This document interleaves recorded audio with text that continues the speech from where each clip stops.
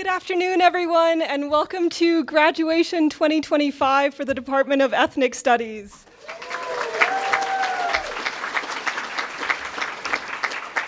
I'd like to begin today's program with a Scottish tune that I would guess that most of you are familiar with, Auld Lang Syne. It's often played at New Year's celebrations, and it has a long history within Scottish folk music, but it also has one within Japanese and Japanese American cultural traditions. So it's often called Hotaru no Hikari. And I thought it was good for today because this song, it's fundamentally about transitions and the bittersweetness that comes with that. For many of you, I would imagine that you're going to know each other for the rest of your lives. But for also many of you, you probably won't, and that's okay. And so in these moments of transition, I think it's important that we just take a moment to really relish how transitory and special these moments really are. So with that, Hotaru no Hikari, or Auld Lang Syne.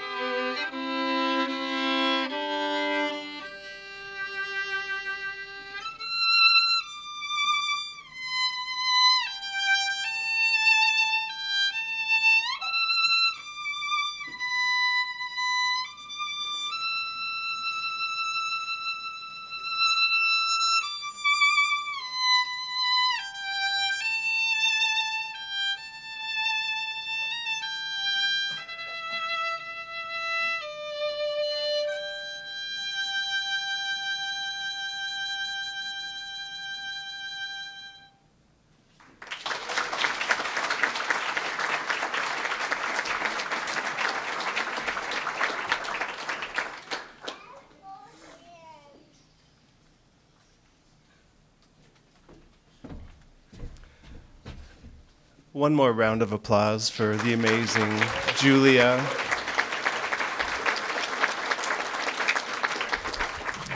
Julia Shizuyo Papam is one of our amazing PhD students in ethnic studies, and we're just so grateful for that beautiful song and the songs that preceded it, and just the opportunity to hear her violin playing. Osio Nigadawo. Ukahati sikwani ohada wado, ale gali eliga, jide doa kohiga. Welcome, everyone.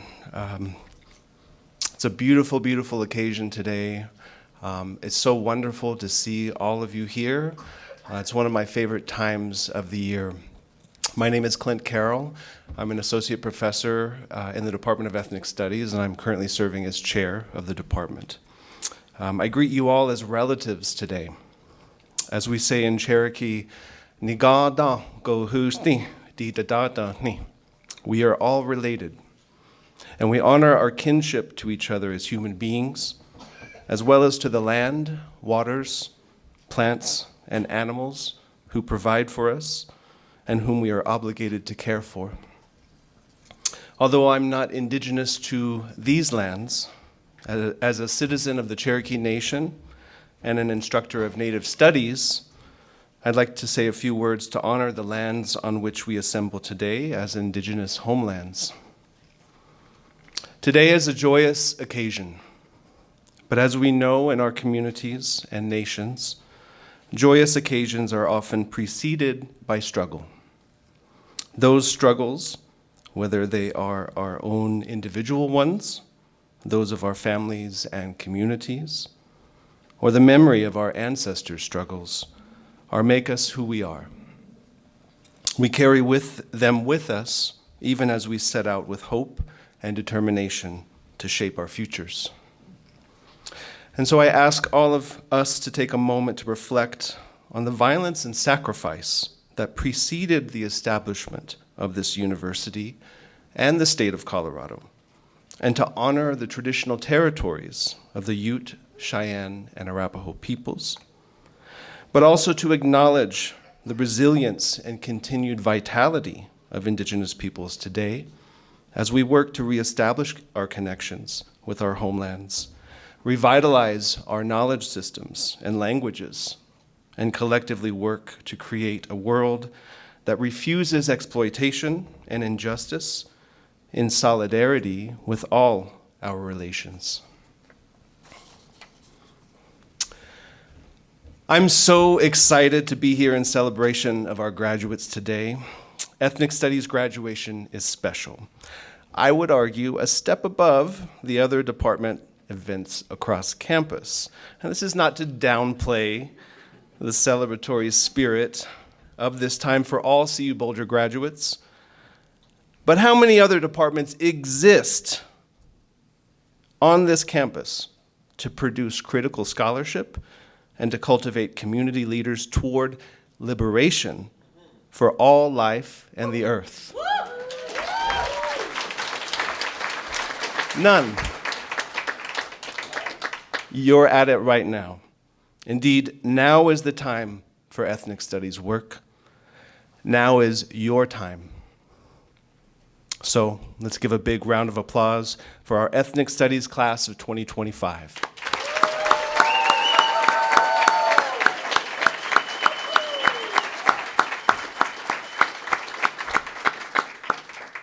We have an amazing program for you today. You heard our PhD student Julia's beautiful music. In the tradition of ethnic studies graduation, we have some amazing poets who will put words to our present moment and bring into better focus what we're fighting for and why our work matters. We have our world-renowned faculty over here. Raise your hands.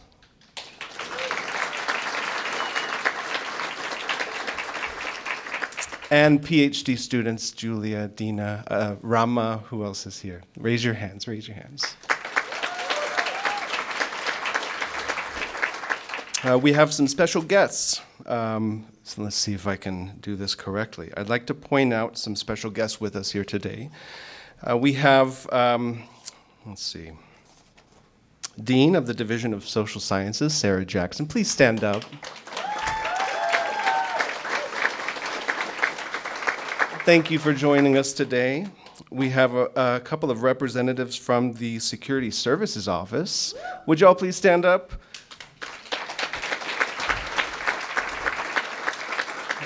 Eric Jurgensen and Isaiah Johnson, thank you for being here with us today. We just welcome you and are grateful for your presence and for your support of ethnic studies. I am not sure if Dr. Al Ramirez is here yet. Okay, I will point him out later. He is one of our OG ethnic studies profes, former chair of the department, and I invited him here. He shared with us as a faculty reflections piece, kind of saying a lot of what I just said. Why does ethnic studies work matter today, and why should we continue to fight for it? So I'll point him out later. And then last but not least, we have the Dean of the College of Arts and Sciences with us here today. Our friend and colleague, Dr. Daryl Maeda, please stand.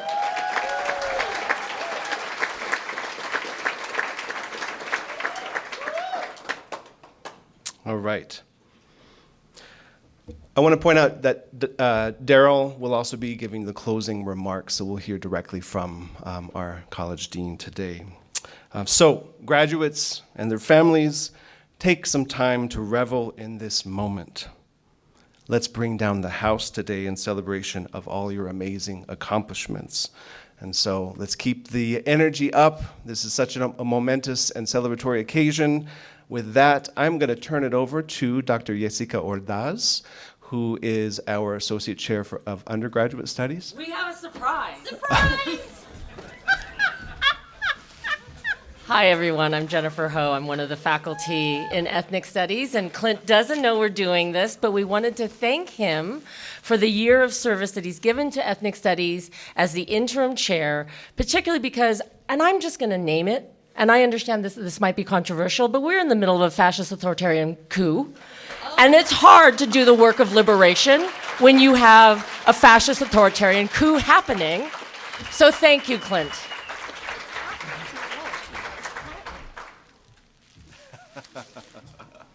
Oh, you guys.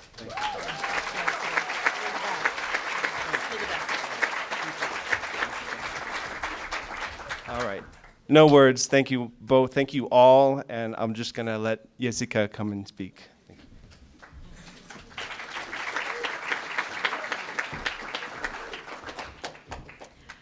All right, it is now my pleasure to announce not one, but 3 valedictorians for 2025.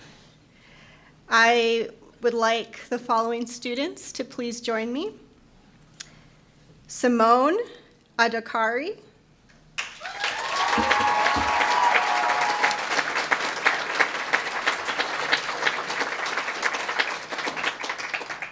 Serena Digimon.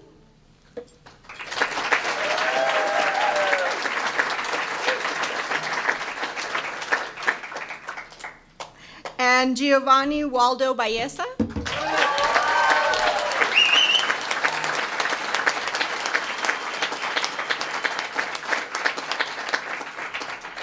Thank you. So the department really values GPA, but also community organizing, community leadership. So we really want to highlight three students, and we'll be hearing from a couple of them, starting with Simone.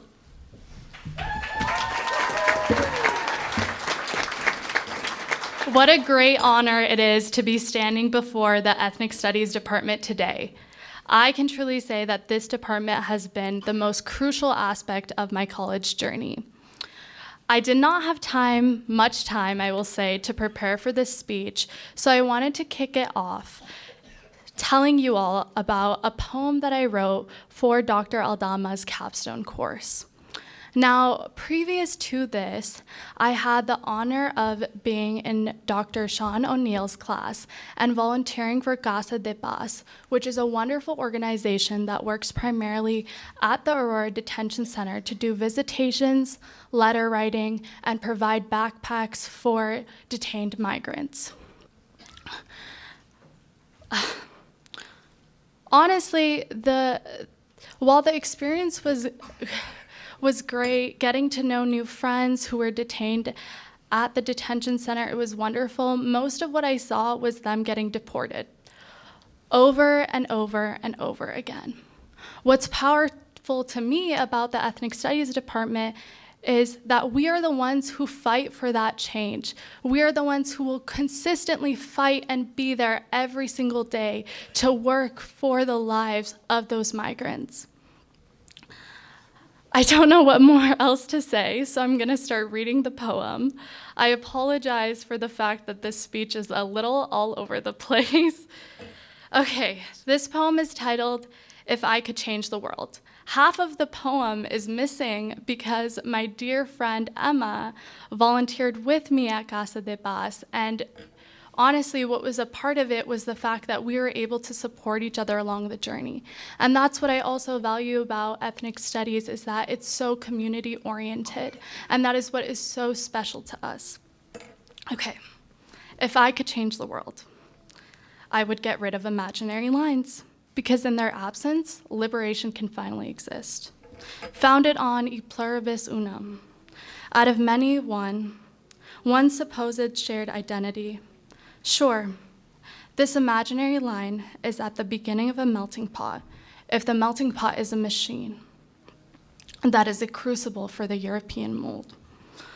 All they can see are faceless people, call us foreigners, put us in cages, packed away like sardines, stowaways. We're called an impurity in the metal. Yet the strongest of alloys is not of one. We are steel. The ethnic studies department is steel. Steel is strong, not pure, or homogeneous, not like their domestic iron. Plexiglass, shackles, cement, solitary confinement were treated like a foreigner disease that needs to be quarantined. We've tried to obtain a cure for the foreigner disease. We've learned English. We've gifted our labor over and over and over again. We've said goodbye to our families, but all they can see is this foreign soil on our feet. And we will never compete for the dream. But look at what they've done to my soil. It's depleted, it's devastated, there's nowhere left to harvest the once promising fruits of my labor. Cold, sore, blistered feet stationed outside the shining city gates, yet the guards only find disgust in our struggle. What could we have done to deserve such a scornful gaze when we know how they treated our city gates? Witness the crimes of these imaginary lines, standing on either side of the divide. Does humanity not reside on both sides? Right now, I work as a legal assistant for a wonderful law firm called Hawthorne Advocates. So many of the asylum seekers that we meet who are detained in GO of Aurora remain fiercely committed to their convictions, even in the face of state violence. The courage to resist injustice at a great personal risk is something that I often find absent in the United States. I often find absent in this university, but not in ethnic studies. There are days when I'm feeling exhausted, when the urgency feels just absolutely crushing. I'm sure that many of you feel similarly. But that exhaustion is tempered by the truth that we're doing absolutely everything that we can to support people who are forced to navigate a system that is designed to absolutely break them. And that is what I appreciate so much about this community. Thank you all so much.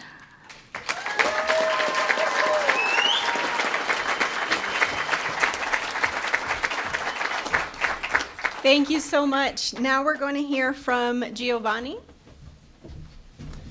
Hi, everyone. Is this a good distance? Everybody can hear me? I didn't prepare something, but I wanted to start off giving thanks to the department, my family on the other side, Umasi Mecha, our symbols of resistance, Los Seis de Boulder, all those folks that help us continue to uplift youth, uplift community, and continue using our voices. I spent most of my life feeling like I really didn't have a say or a voice. And I think I found that within ethnic studies. It's something grounded in reality and truth. I'm so grateful for that. Yeah, and really just moving into, the feeling of love, like what that feels like, love for your community, love for what's right. And that can be really difficult a lot of the time, right? That looks different a lot of the time. But what I have now is I feel like a solid ground. And I'm super grateful for that. I love everybody in this room. I know everybody in here is going through a lot right now in these times, but we're still here. Chicanos, Chicanas will continue to be here on this campus, and we will keep uplifting our youth and keep it pushing. Things will change outside of this room and from here on out, but I hope, my nephews are here next. I hope everybody that looks like us is aligned with us, believes in liberation, will also share this stage next. So I want to thank everybody in this room. Appreciate y'all.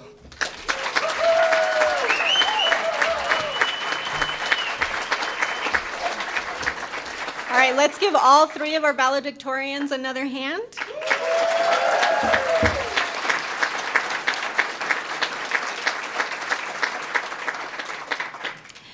And the Department of Ethnic Studies faculty will now present our majors, and I'd like to call Dr. Jennifer Ho to the stage next.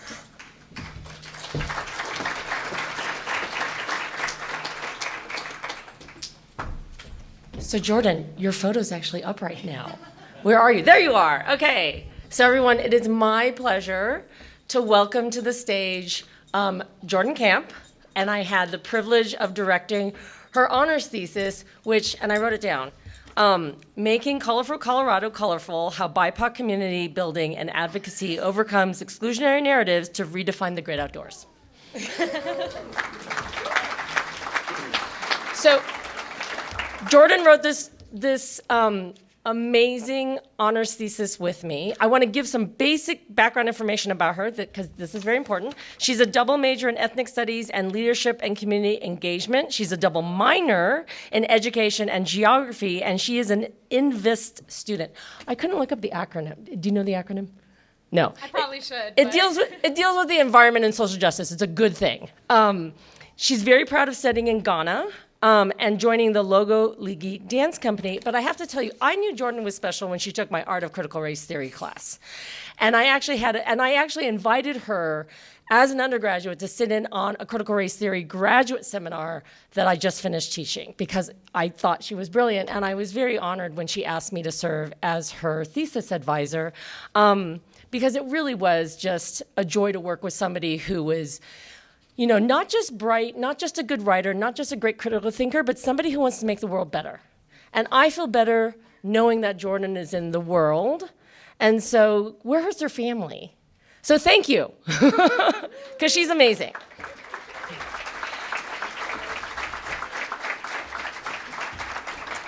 And now I'm calling Dr. Enrique Sepulveda to the podium.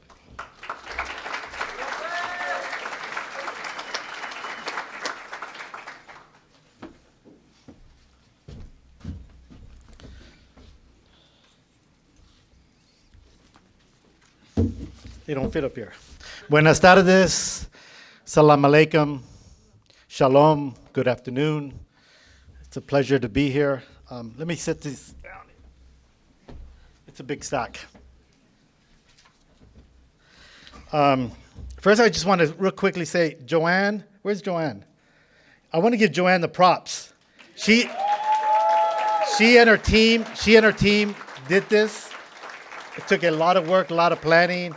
And Joanne's been working day and night for months now because she's holding the fort down for all of us. So thank you, gracias. I want to thank the families, las familias que están aquí, all the relatives and nephews, like Giovanni said, the little kids. I'm really excited to see the young people in the house. So thank you for coming. I also want to thank the Umas y Mecha Raza students in the house. Umas y Mecha is a Chicano Mexican-American student organization that has a long history of struggle, activism, and intellectual achievements, both here on campus and in the community. So, gracias. I want to thank you. I want to honor and recognize Dr. Chris Gutierrez. Where's Chris? One of my mentors. I don't know if you realize, but she was my role model back in the day. Professor at Berkeley, UCLA, here at Boulder at one point, Vygotskian scholar. So we want to thank you, Dr. Gutierrez. I feel like I need to hear Sister Sledge right now, We Are Family. So maybe later on somebody can put on some music. I have a good bunch of diplomas I want to hand out, but first I want to just say something in Spanish. Queremos construir una vida mejor para nuestro pueblo. Queremos construir una vida mejor para nuestro pueblo. It's a famous phrase in Latin America, in the critical political, social justice tradition in Latin America. We want to build, create a better world, a better life for our people. And our people are queer, our people are trans, our people are undocumented. They're the backbones of this country. And we want, you've already heard from young people up here that we are in the struggle. We are a community of scholars, of thinkers, of compassionate people who love and work from our own bodies to create a better world. So, queremos construir una vida mejor para nuestro pueblo. And these students that I'm about to present, can you come up, please? Andrea Barrón Salazar.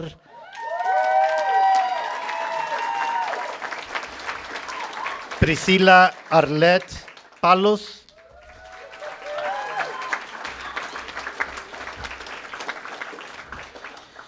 Come up. Just stand behind me. Serena Langdon Dimigian. Giovanni Waldo Baeza. Samantha Ibarra Zavala. Nidia Maribel Strom Salazar.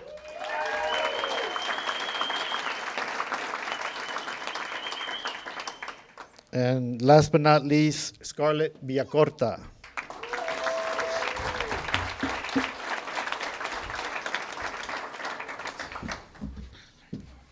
Okay. There's a lot. So, our first student is a double major, Andrea Barrón Salazar, is a double major in ethnic studies and sociology. She double minored in leadership and education with a certificate in Latinx studies. She's going to take a gap year before applying for a master's program. And she wants to thank her familia. Is her family here? She wants to thank her family for supporting her. And she's proud to be a first-generation college-going Chicana Latina. So just stay right here.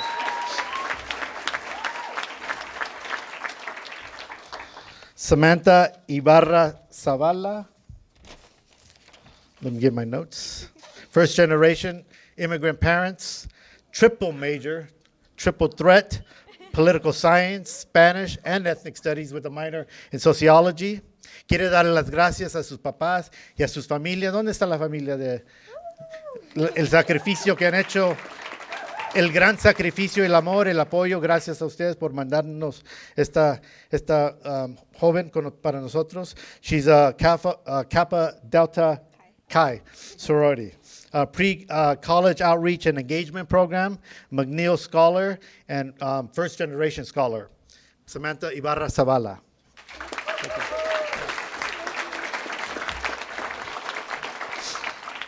Next up, we have Priscila Arlette Palos. Priscila is also first in her family to graduate from college. She wants to thank her familia. Where's her familia? Way over there. Gracias a la familia por el sacrificio and the hard work, el gran trabajo y el apoyo to get her to this point and to be in a position to graduate and represent the family and the community. She wants to continue to work in the community to help families and young people to get a college degree. Priscila Arlette Palos. Good to see you.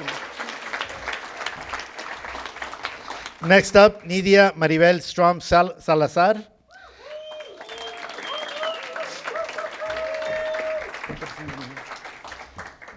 Double major leadership and community engagement and ethnic studies. One of the most consistent, exemplary activist leaders in the community here at UMAS y Mecha. I should say that UMAS y Mecha, UMAS, two historic Chicana student organizations that came together 50 plus years ago. UMAS stands for United Mexican American Students, and Mecha stands for Movimiento Estudiantil Chicano de Aztlán. These are two organizations. Nidia has been a leader of that organization and an activist. She credits her mom, where's her mom, and her grandmother. She comes from a long line of mujeres activistas, activist women in Colorado. And so, I just want to say we're proud of her, and we're proud of this tradition of activism in the community. She's a co-director of AQUETSA, which is an educational leadership program in the summer that brings Latinx students from all over the state. She's a CU engaged co-researcher, youth participatory action researcher, and just all around amazing. Nidia Maribel Strom Salazar. Thank you. Serena Azaria Langdon Demijan. Double degree. A lot of these are double, triple threat folks here. So watch out. Double degree environmental design and ethnic studies. Awarded summa cum laude for her honors thesis. Major accomplishment, summa cum laude, the highest accomplishment within the honors, which in and of itself is a high accomplishment. She studied the architecture design of immigration detention centers and how detained migrants humanize themselves within this dehumanizing space. One of the most amazing honor seasons that I've witnessed in all my career, and I was just thankful and blessed to have you invite me and be part of that. So thank you. Her parents, I know her mom is at another graduation, so but I think her dad's here and her family and friends. She's also the outstanding 2025 graduating student of the environmental design program, Norland Scholar. Plans on working at an architecture firm and getting a master's in architect. So thank you. Serena Azaria Langdon Demijan. Two more. Bear with me. Scarlett Villacorta.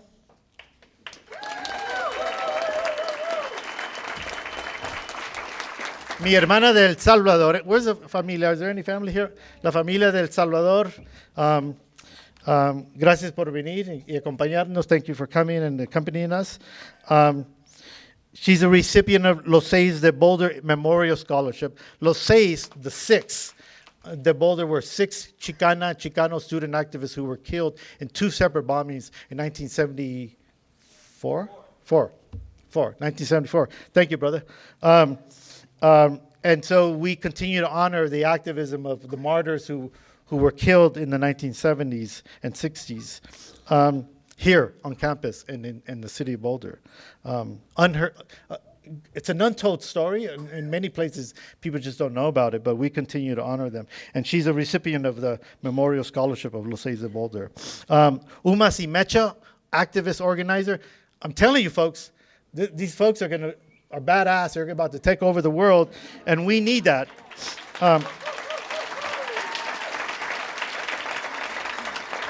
Excuse my French there. She's a counselor for the AQUETSA Educational Leadership Summer Youth Program and is committed to the fight for equal access to higher education and wants to continue to get a master's in education policy. Scarlett Villacorta.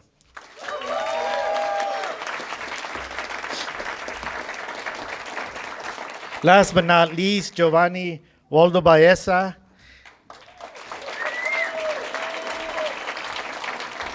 Giovanni we've been together for a few years now. He came to my class, kind of quiet, kind of reserved, kind of shy. And I was thinking, who's this brother, big, tall brother who speaks in a low voice? And then when I started seeing his writing, I was blown away. And I told him, I don't know if you remember, I've been telling you, brother, you got to get your PhD, as well as a lot of these folks got to get their PhD and take over our jobs here because we need a new generation of activist scholars. Giovanni's he's doing a BA in Ethnic Studies and a Master's in Educational Policy, two at the same time. He wants to give a special shout out to his familia, la familia de Giovanni, for all the support. And as Giovanni said, familia on both sides of the border. And as we like to say in my community, in our community, we didn't cross the border crossed us. He says that he wants to continue working in the community, and he's thankful for the Ethnic Studies family, which has been a home away from home. And he, as he said earlier, Ethnic Studies has given him a way to think about the world, enjoy his education, and being grounded in the community. So a round of applause to all these folks. Joanne, where's Joanne? I hope that was fast enough.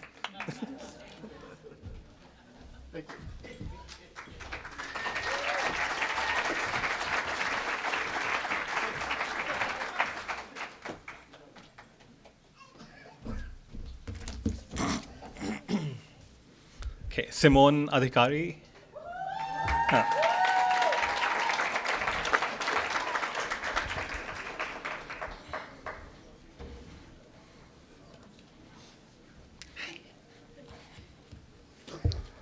Hi everyone, I'm Nishant. I teach in the department and the associate chair of grad studies, and it's really an honor and pleasure to bring back Simone on the stage. You've already heard from her and all the amazing things she's been doing.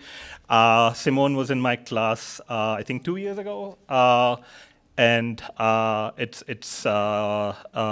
we had amazing conversations at that time, and you were only a sophomore then, right?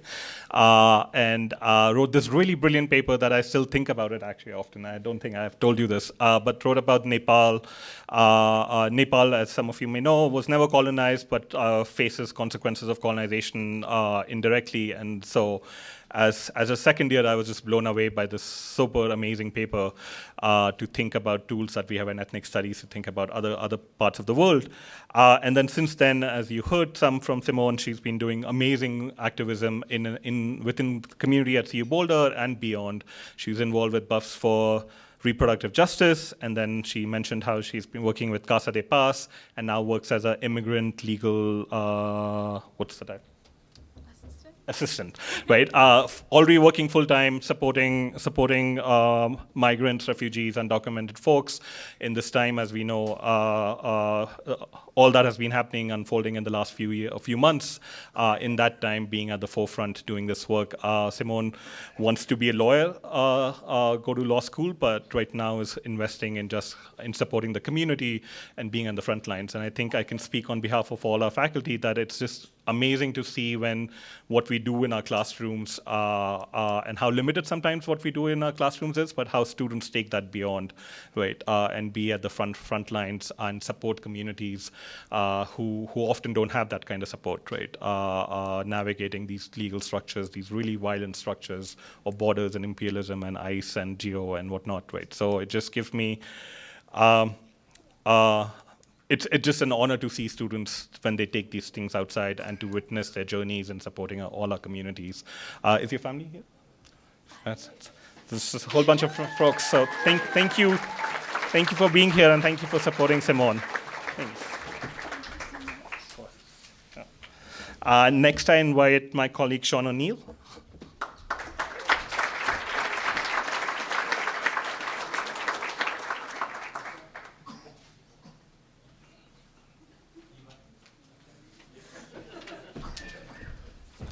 All right. Just such an amazing day. Every time we get around to this year, I just love it.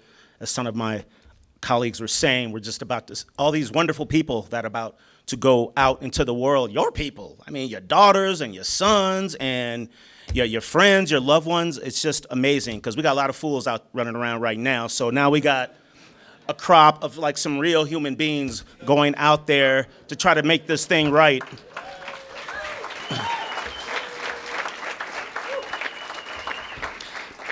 Okay, I am about to call some amazing students to the stage. Autumn Star Lucas Raisiner.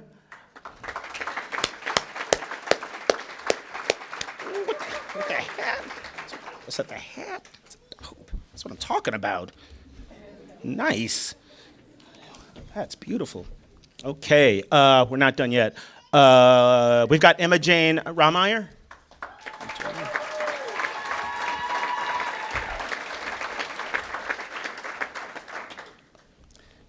Camlin Vespasiani. And we got Scott Horace Perkins. Where you at, Scott? Oh, all right.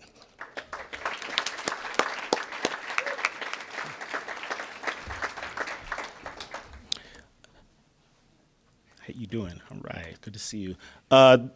So all of these folks, you know, something we talk a lot about in ethnic studies is the fact that we're not just here to, you know, give avenues of education and learning to our students, but they teach us as well. And I can honestly say from these 4 people behind me, I've learned so much from having them in lecture and classrooms. It's been a real honor. I'm going to start with Autumn. Autumn, wow. Always at the front of the class, always ready asking questions because she actually does the reading. I was privileged to sit on her honors thesis committee, and that was an amazing experience. I knew nothing about the social behaviors of ring-tailed lemurs, but I do now. I mean, that's what's up. That's what's up. Okay, so let me get my notes out real quick. Here we go. So while at CU, Autumn traveled abroad twice to Vietnam and Ecuador. She's a double major, anthropology, and of course ethnic studies, due to her very successful honors thesis defense. Let's see, what else can I say? There's so many things. Successfully finished a minor in Jewish studies. Plans to pursue a PhD, go get it, in the future in order to become a professor and give others the amazing experiences that she's had in gaining higher education.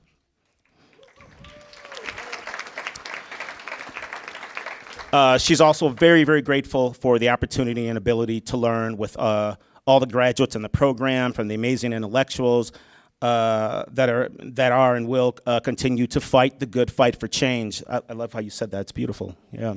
All right. Autumn.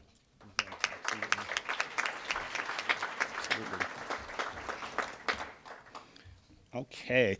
Wow. Emma Jane, where are you at? Yeah. I knew you were somewhere. I've had Emma Jane in a couple of classes, and again, I wish you could all read her writing. I mean, because it is truly some of the most poetic and powerful things that I've read. It's really, really amazing how you can speak such truth and have to, you know, sort of wade through the harshness of the societies we live in, but make it so beautiful and poetic and uplifting. Where's Emma's family at? There you go, y'all. Yeah, y'all got a good one here. A good one here. And wait, I didn't ask this. Where's Autumn's family at? Oh, there you're. All right. Awesome. Wonderful, wonderful. Okay. So, let me see. Find my notes, because I can't remember all this stuff off the top of my head. All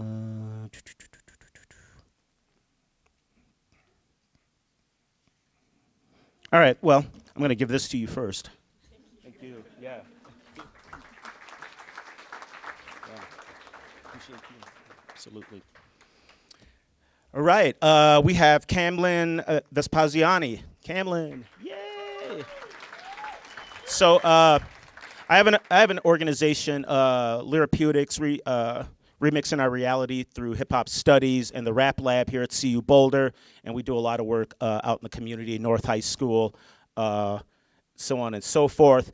And so Camlin was in. I run a course that's community engagement internship, and Camlin interned with Lyrapeutics. She helped us run our performances. Just amazing work. Again, amazing writers. The fact that we have all of these young, brilliant writers going out into the world is so important right now, because writing is, is getting kind of dicey. It really is. And so it's nice to see when students are really, really engaged in their writing and doing such an amazing job. Cameron, where's your family at? Where's the crew? Hey! Yeah, here you go. That's wonderful. Absolutely. Yeah. All right. Scott Perkins. Wow. This man right here just, well, first of all, he DJs, and I'm a DJ, so we always, talking shop, talking equipment. Yo, what you using? What kind of software you rocking with or whatever. And that's always a lot of fun. But also, someone who speaks with passion, but who's also very, very compassionate about people and humanity. Someone keeps his head down, works hard. We had a lot of just meetings sometimes on Zoom just to check in, like, what's up? How's everything going? How you feeling? And it's just so amazing to be able to have that type of relationship with these students and to really watch them, do their work and push through it, particularly in a really difficult time. But Scott Perkins, he's just one of those people. Keep your eye on him. Right. There you go. Right, man.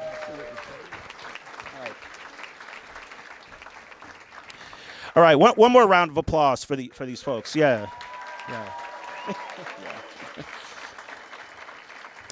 All right, I am going to bring Dr. Jared Bahir Brausch to the stage. Thank you. Thank you, everyone.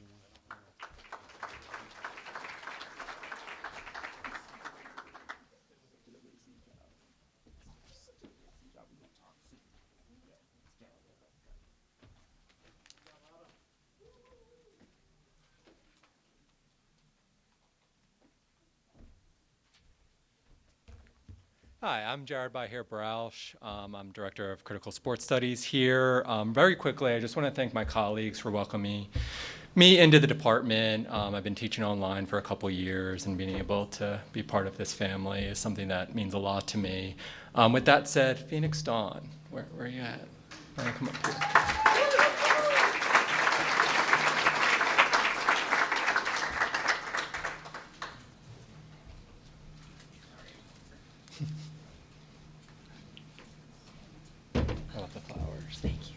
So, Phoenix Dawn Kealohi Lani Miranda. Did I get that? Yes. Okay. I had to write down on a second page the amount of accomplishments Phoenix Dawn has accomplished here. Newcomer of the year on the soccer team, and advancing into one of the top 100 players in the NCAA.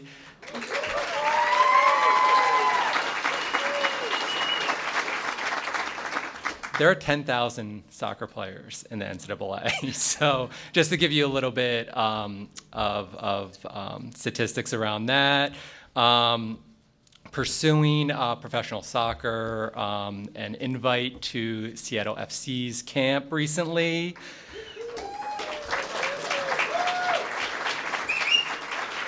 Academically, along with her degree in ethnic studies, leadership, minors in leadership, sociology, sports media. Did you know you earned a certificate in critical sports studies too? Oh, I didn't know that. Yeah, so adding to that, probably need a second or third page on your transcript for all of that. And then where's your family over there? So,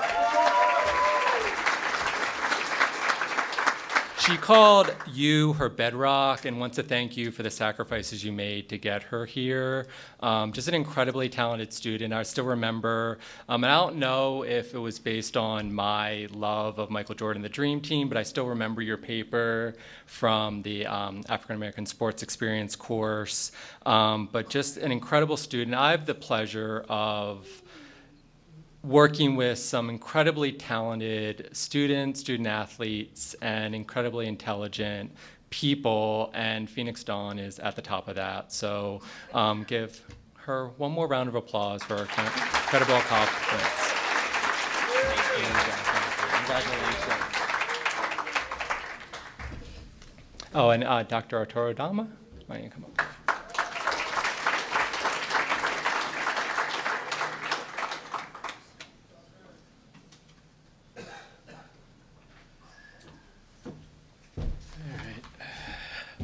Buenas tardes, good afternoon.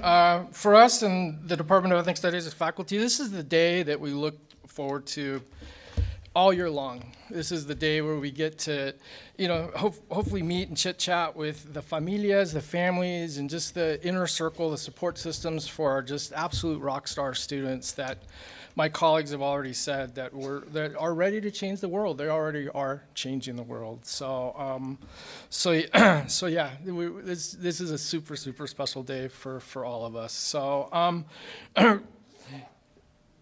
one of the things I've been, kind of repeating and harping, maybe obsessively so, in the Capstone Senior Seminar, which I have recently taught, is that we need more activist lawyers, especially now as we're seeing, pretty brutal and horrific attempts to destroy our Constitution and destroy the derechos that we supposedly have as human beings. And so I wanted this is my prefatory comments to say that these students that I'm about to present are going to be activist lawyers. I'm like super, super, super happy about that. So yeah, when you win your first big, huge class action lawsuit or something, keep us in mind. Anyway, all right. First up, where's Raya Patel? Raya Patel? There's your family. So if you could come on up, Raya, that would be wonderful. Angelina Lobato, where's Angelina at? Where are you at? All right, cool. All right. Alison Irias. Woo. And Maricruz, where's Maricruz at? Maricruz Frer Sanchez, there we are, cool, all right. And then unfortunately, one of our rock star graduates, Herman Lewis Smith III, who I'm trying to convince to be a lawyer when his NFL career is over, so we'll see. Unfortunately, couldn't be here because training camp started yesterday, and it was kind of like, if you want to keep your contract, you got to show up yesterday. And so Herman's going to be working with the Las Vegas Raiders. And so, and Herman is just a brilliant, brilliant thinker, writer, critical thinker, just catches all the details, just a brilliant, brilliant mind, and obviously brilliant athleticism to be recruited and scouted for the Raiders. So unfortunately, he's here, but I think someone said that the mom might be tuning in somehow through a phone. So yeah, if you can hear this, Herman's mom, your son's an absolute rock star, and he actually talked about you a few times in our seminar and how a lot of what drives him is to show the respect back to you because of all the ways that you've supported him. So.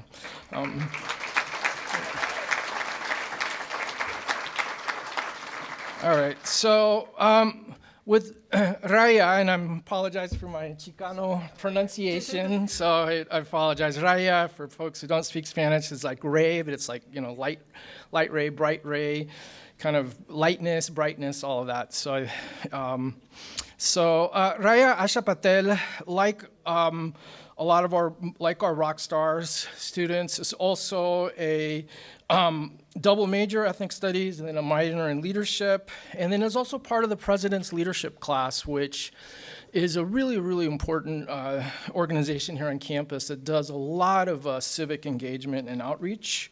And I guess you've been the community relations coordinator for the last 3 years, which is super exciting. Raya, in addition to just being an absolute brilliant writer, focused intellectual, just creative and brave scholar, is also very athletic and is on the free ride team and does backcountry skiing and just kind of does it all with elegance and verb. In terms of Raya's kind of professional goals, wants to go become a lawyer and specifically be a lawyer in support of women, especially BIPOC women, female-identified human beings that are dealing with just the ongoing patriarchy, misogyny in our criminal justice, or if you're a radical criminologist, criminal injustice system, and all of the horrific double standards and the supposed, due process of law. So we're excited. The community needs you, Raya, to be a legal advocate for female-identified human beings, especially BIPOC, especially migrant, who are dealing with intimacy violence, domestic violence, sexual violence, and a lot of times they're further criminalized in the whole process. And so in that regard, Raya has also been an illegal advocate for a really, really important organization here called the Safe House Progressive Alliance for Nonviolence, or SPAM.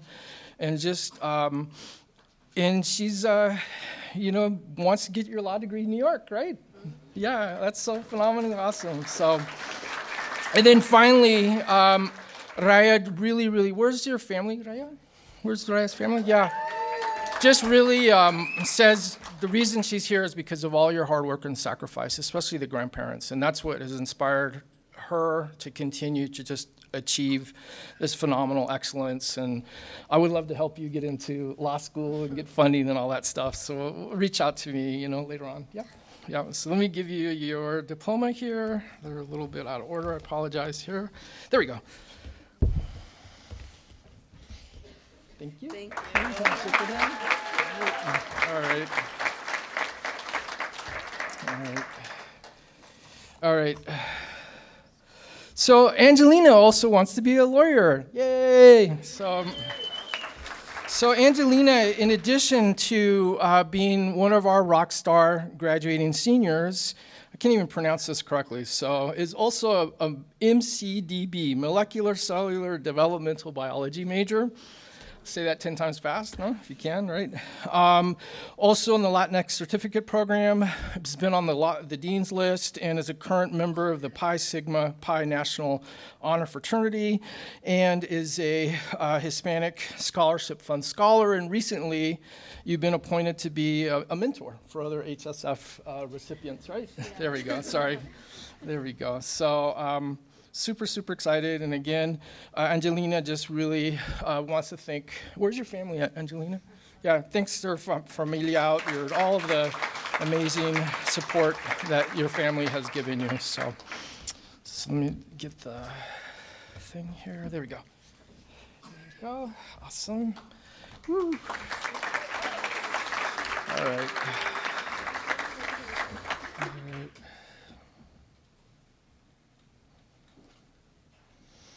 All right. So next up, I'm going to talk about Alison Diana Ireas. Again, just to quote some of my colleagues, a triple threat, literally. Ethnic studies, sociology, and women and gender studies, and a certificate in Latinx studies.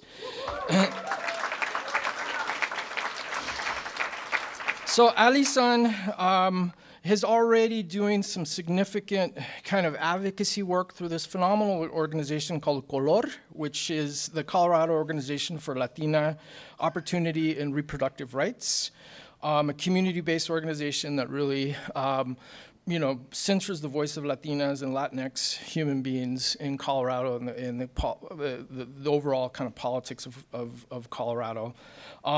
Alison also is going to go to law school and be an immigrant rights lawyer. So, woo!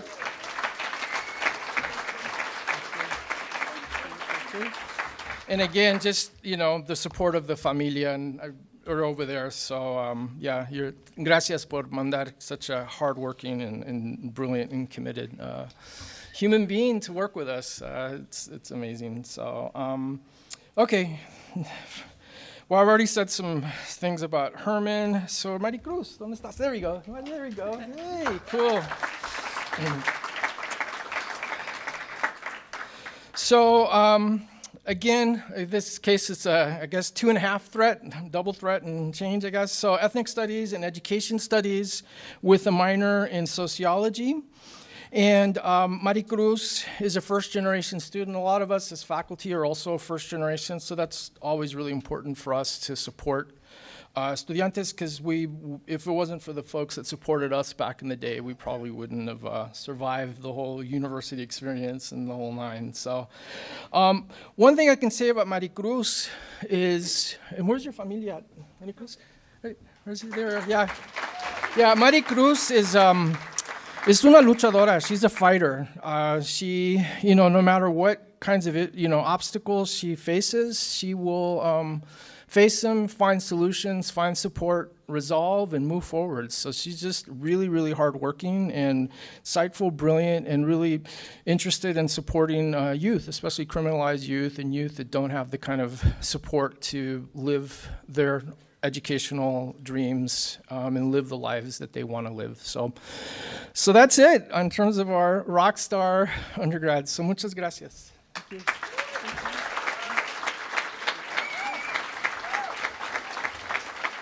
All right. And then next up, Dr. Rebecca. Where are you at? Dr. Raylan Rebecca.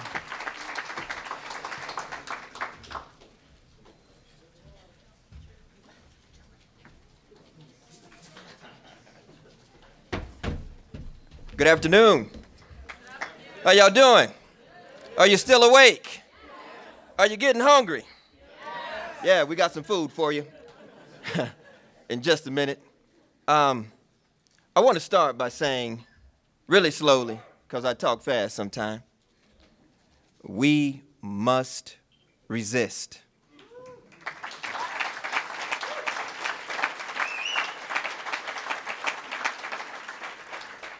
I like it so much when Bob Marley said, get up, stand up for your rights, and never give up the fight.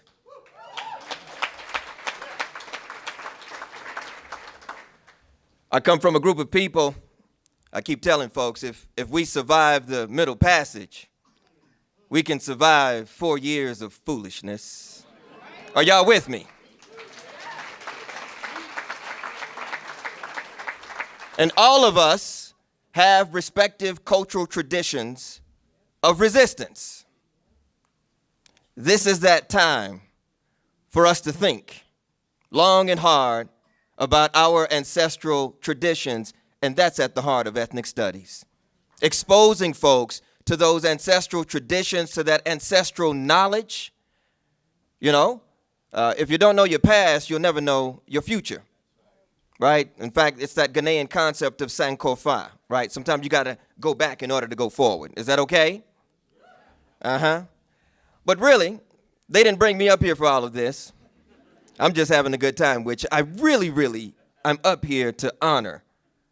I shouldn't have favorites.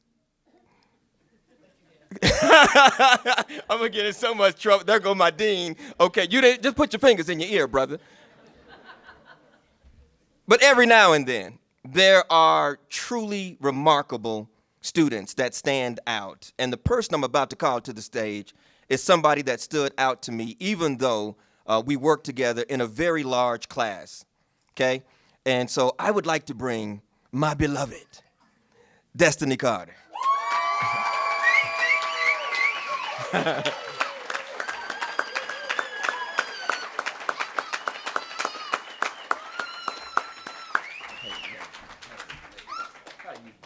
Pookie, how you doing? Okay, my phone shut down on me. I can't get the internet because you know your alma mater is raggedy and they don't pay good money for the Wi-Fi, right? But so I'm gonna try to rock this off the dome for you.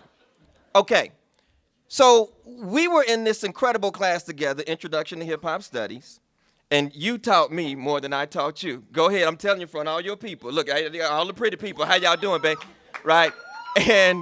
And I distinctly remember, and you were right there with me, for me, you know, the point of the class was move beyond radio rap, commercial rap music, and gangster rap. And that there are a lot of other forms of rap music and hip hop culture out there. And you was right there with me. I would look out at you. If you was bobbing your head, then I knew, okay, I still got him. Right? Right?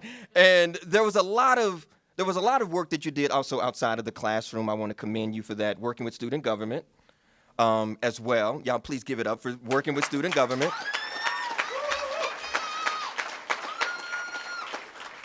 And if memory serves me correctly, you wanted to give a shout out to your family, your friends, your loved ones, and if I remember correctly, there was about 31 people on your RSVP list.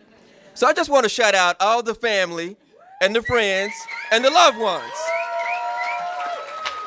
She loves y'all. And she says that she could not have done it without you, without each and every one of you. She wants to thank you, okay? And this other part, I believe I remember. Destiny is going to go on to the University of Las Vegas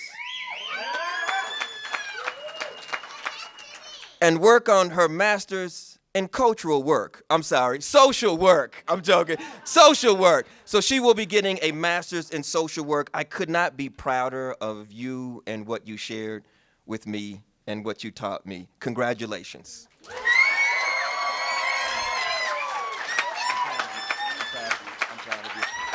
Up next, mi colega, Dr. Jessica Ordaz.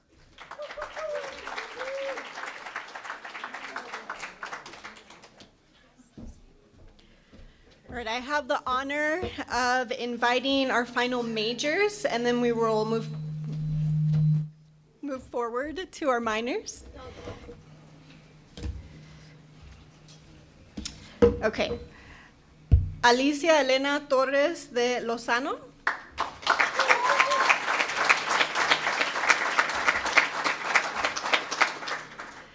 Isabella Olivia Stonich.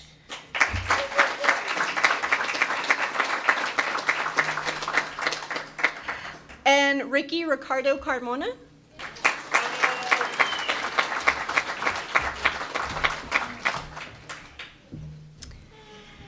All right, I'm going to start with Alicia. Felicidades. Alicia on this huge milestone. She is a loving mother, a wife, a daughter, a sister, and a tia. She's also the senior technical program manager in the software engineering profession and now a proud second-generation Chicana graduate of CU Boulder's Ethnic Studies Department. Alicia took some of her first steps here, quite literally, here at CU Boulder as the daughter of first-generation Chicano-Chicana students in the 1970s. Her daughter is also a student here at CU Boulder in the film department, and they are very proud to be part of the CU Boulder community. They will dedicate their time and talents to supporting all generations of CU buffs in the future. She is very grateful to all of her guests, Luis Torres, Ana Suarez Torres, Paloma Lozano, Tolkien Lovato, and Mercedes Downey. Where are you?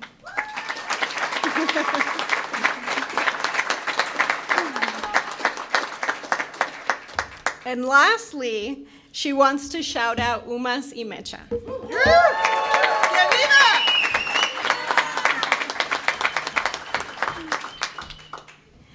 Okay, now I want to speak a little bit about Bella. Bella took my senior seminar in the fall, and I'm so happy she did. I had the privilege of getting to know Bella, a brilliant student looking forward to becoming a child psychologist, in a capstone course centered on the history, theory, and praxis of caging and abolition. This was a rigorous course, as senior seminars usually are, and designed to make students comfortable reading, engaging with, and teaching material about the role of policing, surveillance, detention, and abolition. Bella not only grasped the material quickly, but did a phenomenal job writing a paper on the importance of storytelling as a mode of surviving and resistance against settler colonial and carceral logics for the Cherokee Nation in particular.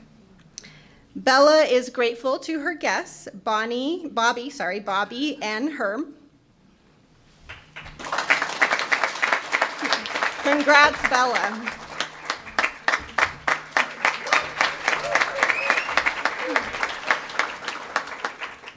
Okay, Ricky also was in my senior seminar class, and I had the privilege of learning with and from Ricky. Ricky is completing a dual degree program in ethnic studies and leadership and community service through the School of Education. I had the opportunity to work with him and learn about his interests on the many unfreedoms asylum seekers and migrants face across various carceral zones throughout the US-Mexico border. Unfortunately, a very relevant topic currently as I speak. And Ricky's very grateful to his guests, Ricardo Carmona, Margarita Carmona, Taylor McCormick, and Roberto Carmona. Congratulations, rookie.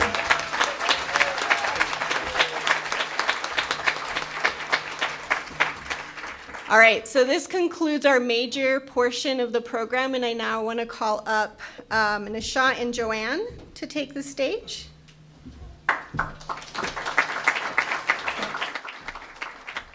Sorry, y'all. Little monkey wrench in the program, as we do in this department sometimes. Can I get Camlin and Scott to come back up here?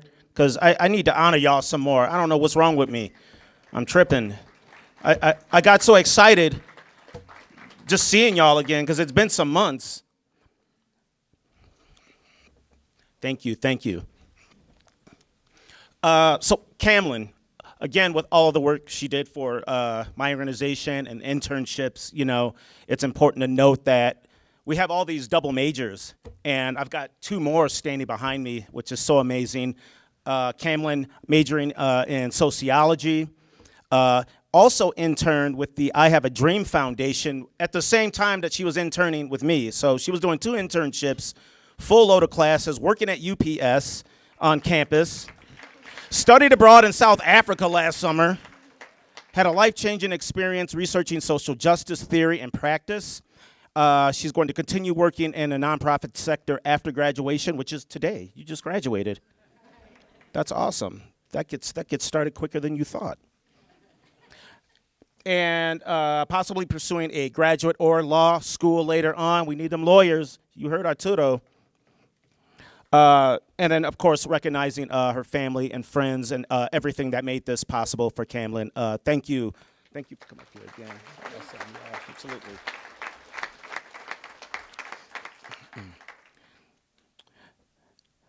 Mr. Perkins, ethnic studies major and education minor. Wow, that's a lot. No wonder you were so busy all the time, yeah. He's the third, I'll get this, he's the 3rd buff in the family. His mother got her PhD here, and his father, undergrad and pharmacy degree, and played for the CU Buffaloes. What sport? Football. Wow, okay. Hopes to use his degree to support and champion Latinx and Black youth, particularly in the area of gaming and new digital media. And thank you, brother. Appreciate you. Yeah, thank you. Thank y'all for coming up here again. All right, so now I'm going to introduce Nishant and Joanne to the stage. Thank you.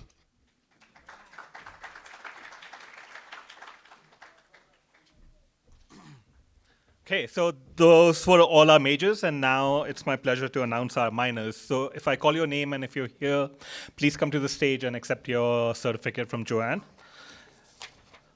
Leila Afzal.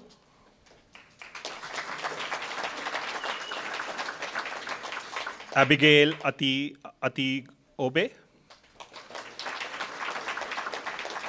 Jimena Barcera. Jenna Derry. Tia Devereaux. Sophia Fiore. Jane Foreman. Juan Garcia Rodarte. Amelia Havens. Emma Hayes. Carla Limos Cordillo. Kiara Miller. Aileen Monares. Samantha Neri Delgado. Noah Randall.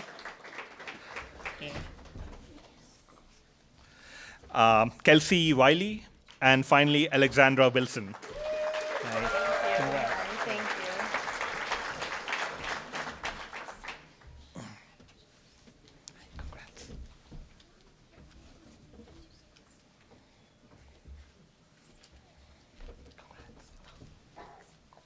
So please join me in congratulating all our ethnic studies minors.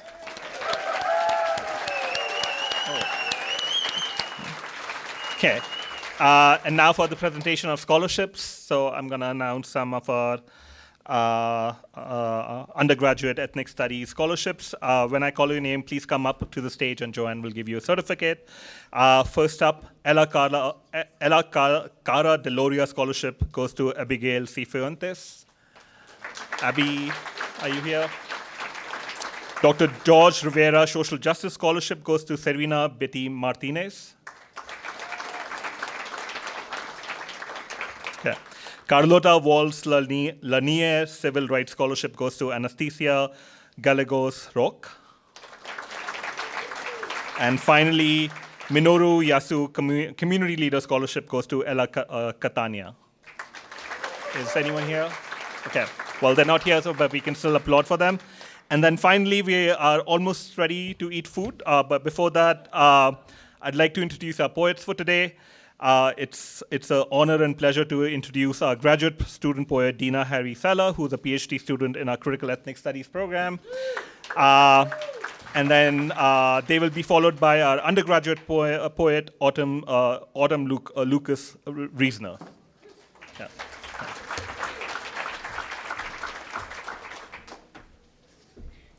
Good afternoon.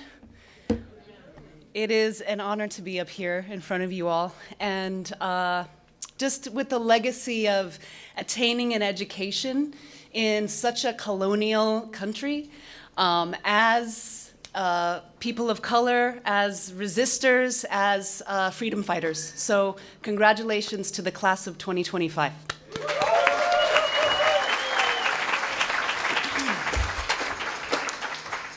So my first poem is called We Won't Let Them Erase Us. And it's actually a chant. It's a chant you might know, and you might have heard and said before at the many protests that have been happening. So it's going to be a call and response. So I'm going to say the lines, and as we go through, we're going to say it 3 times. I want everybody to say it, all right? You might know it. If you know it, say it. And then by the end, you will know it, because it's really easy.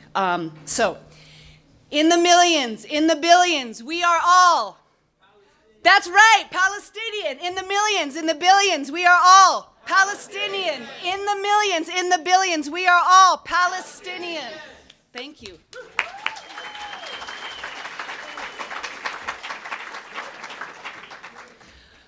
My next poem is called Yalla Yamshi, and it basically means like, hurry up and leave, okay?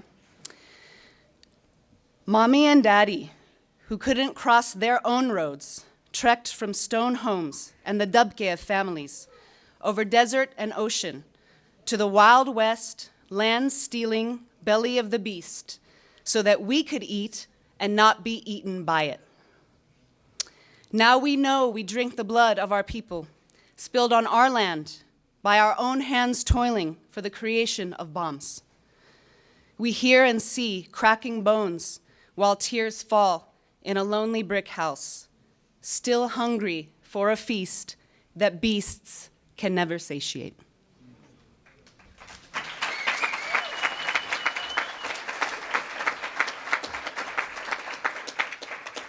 Thank you. This next one is called Le Blad, which means back home. I still call Palestine back home. Does she remember me?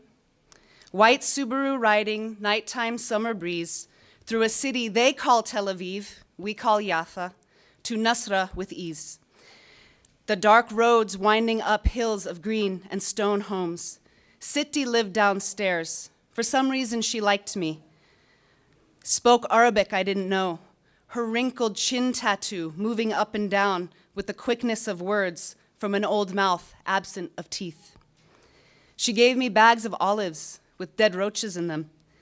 I watched as her wizened hands moved the ovular fruits and bugs from one black bag to another, nodding my head as though I understood.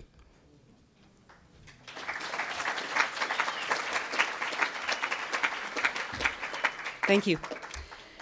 This next one is the second to last one. It's called A Vision.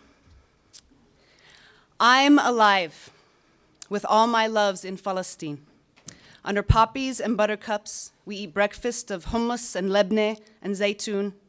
We're outside, the birds chirp, children scream in delight, and Palestine is free. Turtle Island is free. And though we know freedom is not free, we are all free. I smile as I look around at the faces of my beloveds. I remember this poem. Remember, anything we have ever made starts with a vision. My father outlives the occupation. My hands peel Jaffa oranges, pluck al-Nasra figs, turn the rich Ramal soil like kinetic sand in the land that made my body, to which I return. Imagine us all living in liberation, celebrating life. Imagine that.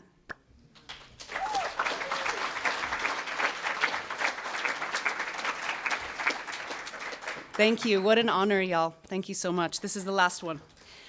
This is called The Birds Tell Us. Behind Khalid's voice, birds sing in Gaza, his cadence and the birds' gentle musicality surviving this shaitan of killing.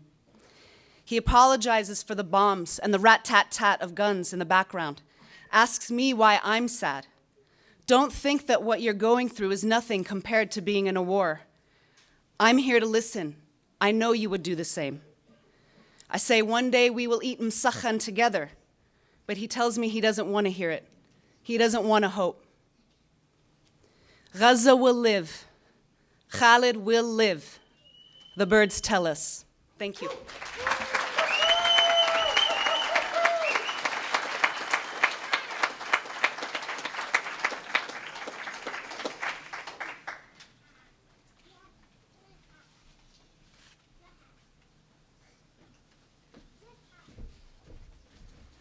Hi, everybody. Can you all hear me?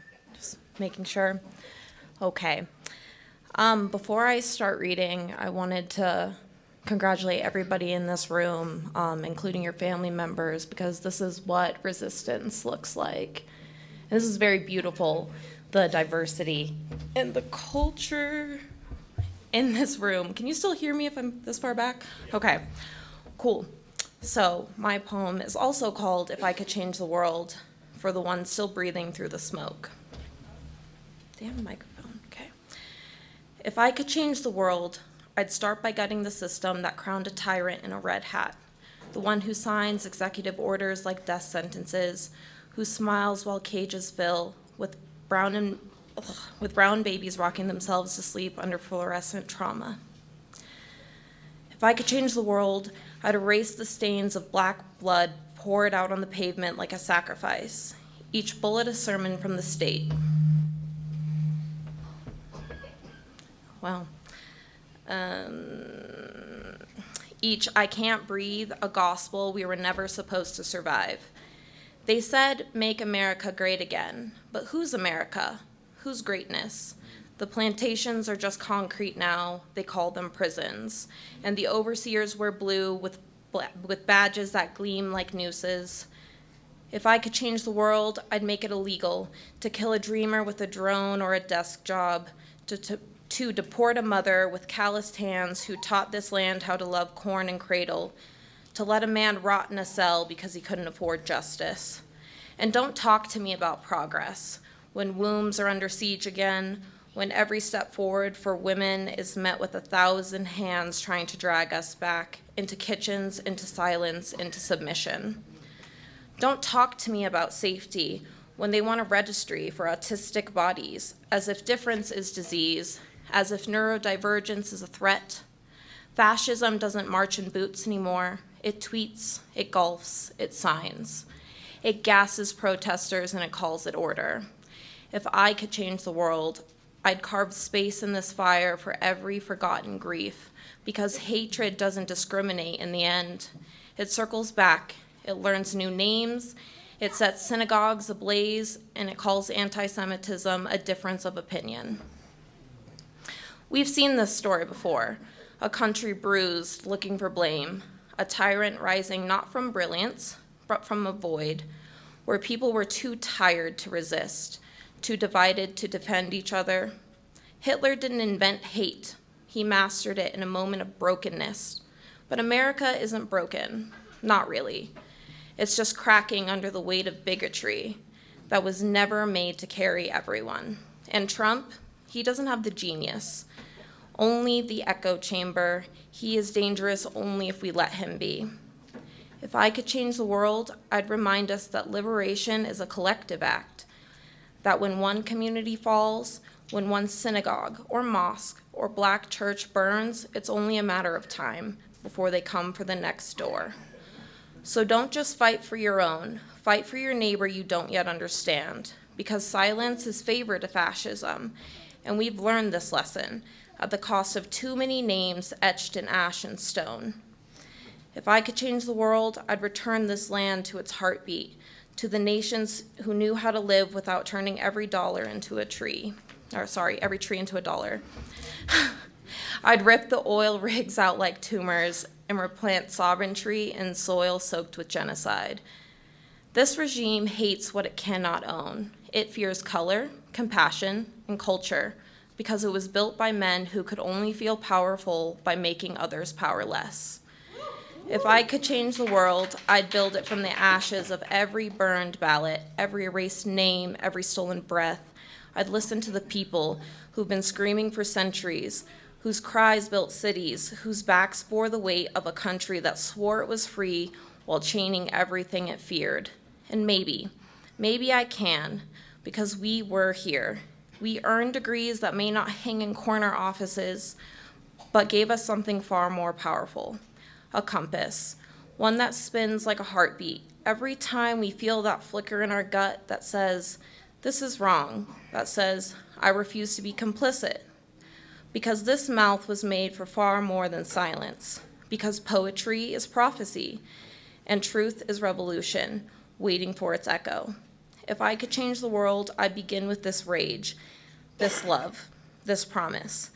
Never again without us, never again in our name. Thank you.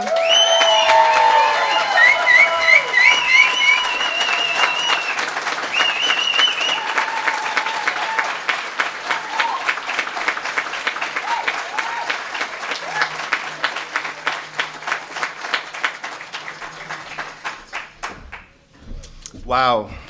Thank you, Autumn. Thank you, Dina. In times like this, we need our poets more than ever, right? They show us what we can't see. They articulate what we can't speak so eloquently. Thank you. One more round of applause for our poets.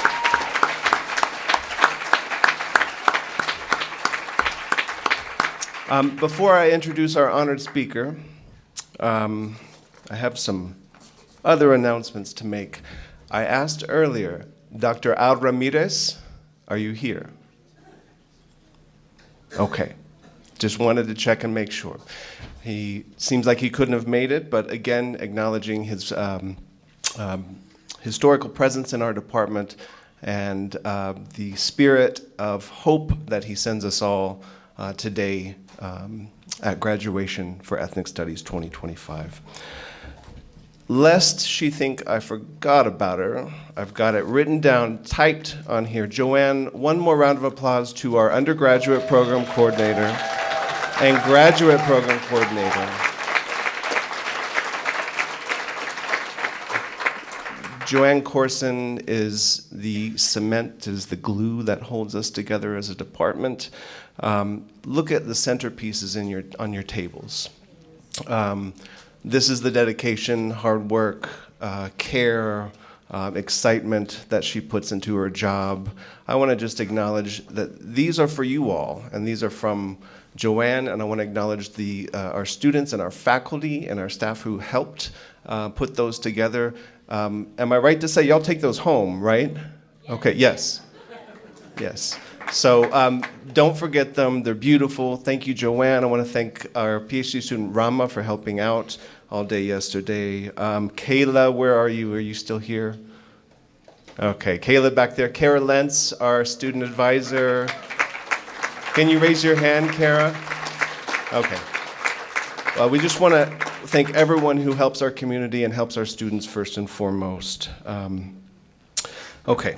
Oh, my goodness. Give me 1 second.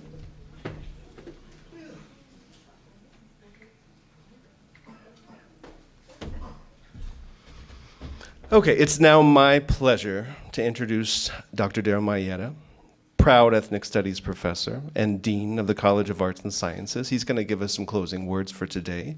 I want to give him a proper introduction, even though he's home. This is family, but I want to honor his accomplishments. Daryl Joji Mayetta has been a faculty member at CU Boulder since 2005. Yeah.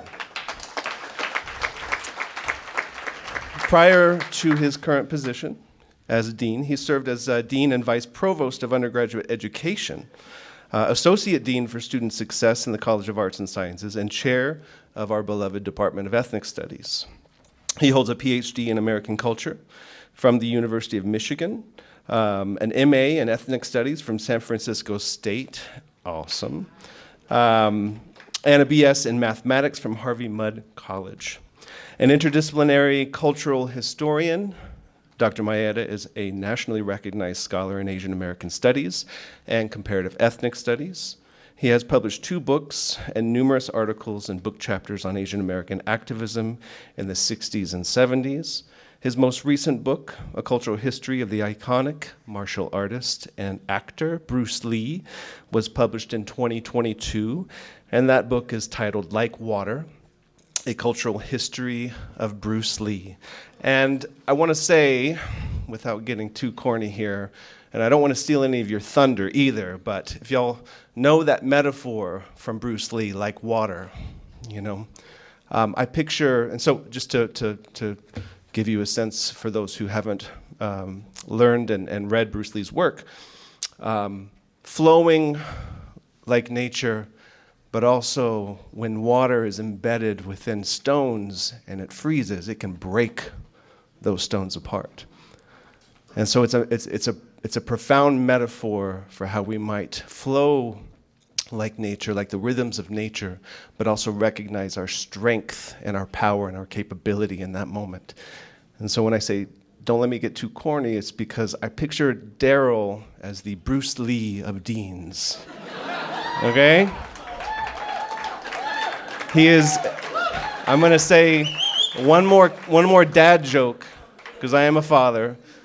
He's a master in Jeet Kune Do. Hey, all right. Please welcome Daryl Maeda.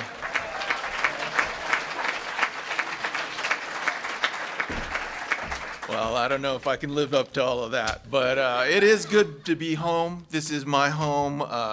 As Clint said, I am one of the old heads in the department. Now, Arturo been here longer than me, but Raylan and I came in together in 2005. So it is wonderful to see all of you. Class of 2025, I just saw somebody who had taken my senior seminar back in 2012, and we reconnected. So I'm just telling you, these connections to these professors, they will last you a lifetime. Now, you come back to us in 10 years and you're gonna know for sure that we are not as wise as you thought we were when you graduated. But that's okay, that's okay. Man, it feels like today we might be up against more than what we can handle. It's the detentions and the deportations, the rampant anti-Muslim hatred and anti-Semitism, the anti-LGBTQ legislation and the old school misogyny. And in that context, it really might feel like a strange thing for me to want to talk to you about Bruce Lee, but I do want to talk to you about Bruce Lee. One of the reasons I want to talk to you about Bruce Lee is because he was one of us. He was an immigrant. He was born in San Francisco, but raised in Hong Kong from the time he was just a few months old to the time he was 18 years old. When he returned to the United States at the age of 18, his first job was as a busboy in a Chinese restaurant. Although he had finished high school in Hong Kong, he wasn't able to gain admission to college in the US, so he actually spent another year and a half studying to complete his requirements. Bruce Lee faced racism in Hollywood, where they would cast him as a martial arts expert, but not a real human being, where they would cast him as the sidekick, but not the star. He was a person who knew more than one culture. He was raised in Hong Kong. He himself was multiracial. He was very well versed in Chinese culture as well as American culture. So how did he respond to the racism and the discrimination that he faced in the United States. He embraced his inner humanity, and he drew the best from everyone around him. And, this is the fun part. He did so in his martial arts. When he was growing up in Hong Kong, he studied the martial art of Wing Chun, which is a form of Kung Fu. But when he came to the United States, he met all kinds of different people he would never have met if he had stayed in Hong Kong. And when I say met, I really mean he had to fight them. So he met people who were bigger and stronger, had longer reach than the opponents he had fought before. And what he realized is that he was meeting people who had all sorts of different styles of martial arts that had been created all around the world. So he came to the United States with Wing Chun in his back pocket, but he created his own martial art called Jeet Kune Do. Jeet Kune Do, or Way of the Intercepting Fist. It was a style that called itself no style so that it could adapt to every style. So Bruce studied very hard the martial artists around him. He bought hundreds of books that showed different techniques, and he tried them all out. He learned high kicking from karate and taekwondo. He learned stick work from Filipino stick fighting called eskrima. He learned holds and throws from judo. He learned how to use his fists above the waist, especially effectively from boxing. And he even learned from fencing. Have you ever watched fencing on the Olympics? I'll watch it, if there's nothing else on. There's long, I don't know, like platform or something but they approach each other so fast. So one of the things Bruce was known for is his fast closing speed. People always said he could be 10 feet away from you and then be on you before you could blink. So he took his closing speed from fencing. So he combined them all into this idea of Jeet Kune Do, right? Which is to bring things together, mold them, find out what's best in each tradition, and make it entirely your own. The other thing about Jeet Kune Do is the translation of that is way of the intercepting fist. What does that mean? Sometimes you think about a fight, a martial arts fight, or any other kind of fight, there might be two actions, right? There might be, if somebody's throwing a punch at you, you might block it and then return with your own punch, right? But the intercepting fist says, we do two things at once. We do all things simultaneously. If somebody is throwing a blow towards you and you're able to strike towards them, divert their offense, and land your offense at the same time, it will be much more familiar or much more effective. So Jeet Kune Do says, we are always both on offense and defense simultaneously. So to bring this back to ethnic studies, your ethnic studies training is your Jeet Kune Do. It is the fact that you have learned from women of color feminism, queer of color critique, decolonial theory, indigenous critiques of settler colonialism. You have studied the traditions and the histories and the resistance generated from all of our communities. You've brought them all together and you've combined them into a style that's all your own. Clint alluded to this. Bruce said in one of his most memorable speeches, be formless, shapeless like water. Now you can put water into a cup, it becomes the cup. You put it into a teapot, it becomes the teapot.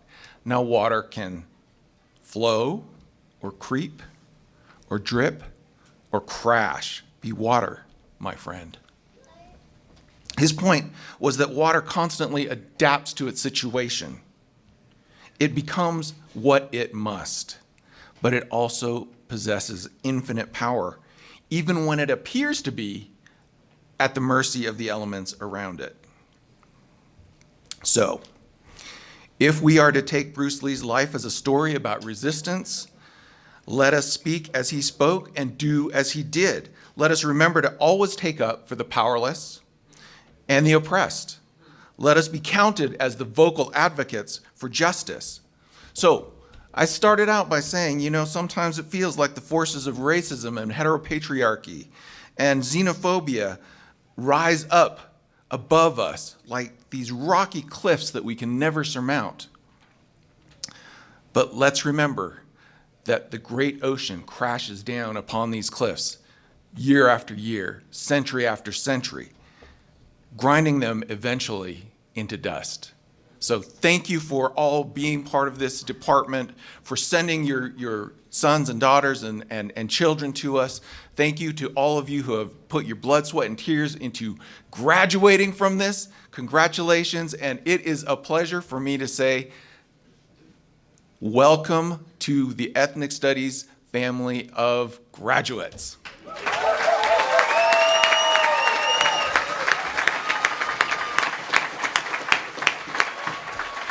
Are we ready?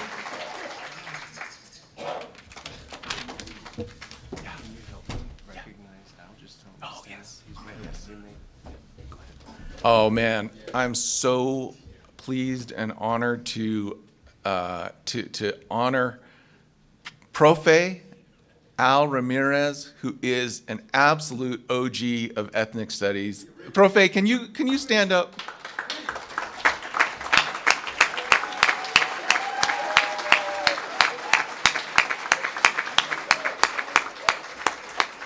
In the long history of what came before ethnic studies, Profe was there. He was the one who was supporting the students, creating the EOP program way back in the day. He's seen it all, and so Profe, as our ancestor, as our mentor, it's so wonderful to have you here.